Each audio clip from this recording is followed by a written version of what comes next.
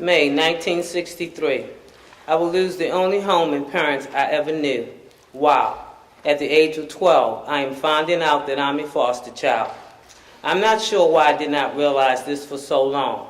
Foster child. Those two words let the whole world know that I was alone and unwanted. I hated those two words. Lost and confused. If your own family does not want you, why should anyone else? I thought this was the most devastating thing that could happen to me.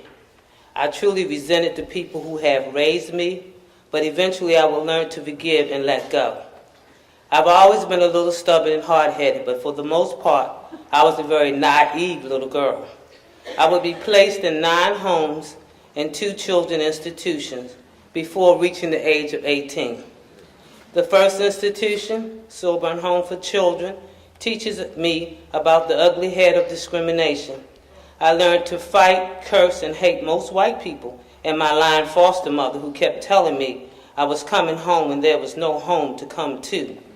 When I accepted these was all lies, I tried to get them out of my system, which was not easy. Like anything or anybody, you have to replace people with people.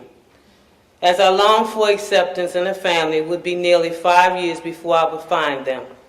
Aside from some of the staff at Stewart being prejudiced, we children weren't treated too badly. We were taken to a lot of fun places, like the circus, beaches, amusement parks, and the civic center, and those places helped to keep my mind from reality. But Stewart did not like keeping children any longer than a year. I was there for over 2 years, and it was time for me to go anywhere that they could find. Something else memorable happened at Stewart. The introduction to my birth mother, which only lasted 10 to 15 minutes. As I learned very little from her, parents would visit their children at Stewart all the time and bring them something. Meeting her, I felt nervous and glad at the same time. When I saw her with a great big gift in her hand, I just knew it was for me. Wrong again. The next time I saw her would be in court. All kids at Stewart had to talk regularly with a psychiatrist and a social worker. My psychiatrist always let me know that nothing was wrong with me except needing a loving home. She worried that my next stop after Stewart would be training school. Children were often sent there instead of being placed in a foster home. On October the 4th, 1965, against the recommendation of the psychiatrist, Stewart got a court order and sent me to court for another placement.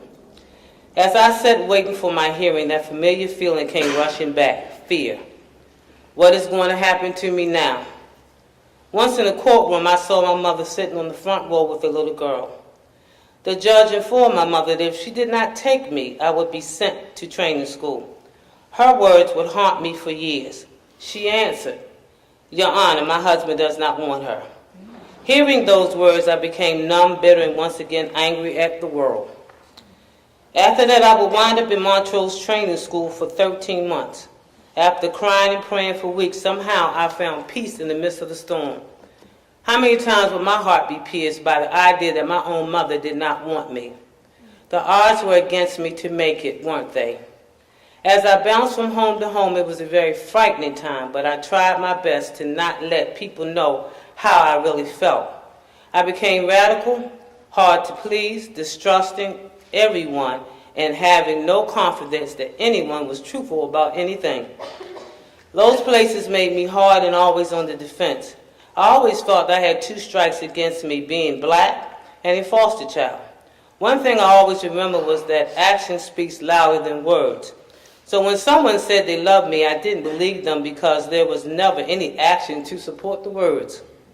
One day I was taken from the current foster home and placed in the welfare department office for 8 hours.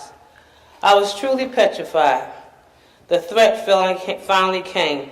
If this next placement did not work out, I would be sent back to training school until I turned 18 years old. At the age of 16, I had traveled from place to place so many times, and the odds seemed to always be stacked against me. But this last foster mother was a godsend. Mrs. Aretha Carter was patient, kind, understanding, and truly saw something in me. All she wanted for me was to graduate high school. She was truly a blessing to my life. When I arrived to her home, I had repeated the 6th and 7th grades, completed 1 month of the 8th grade, and 1 semester of the 9th grade. Mrs. Carter's patience, love, and guidance gave me what I needed, and I made it. I graduated high school just 1 year behind those my age. Ms. Carter lived long enough to see me graduate from technical school and establish a career as an electronic technician. I know her spirit is always with me. She was the best mother I ever knew.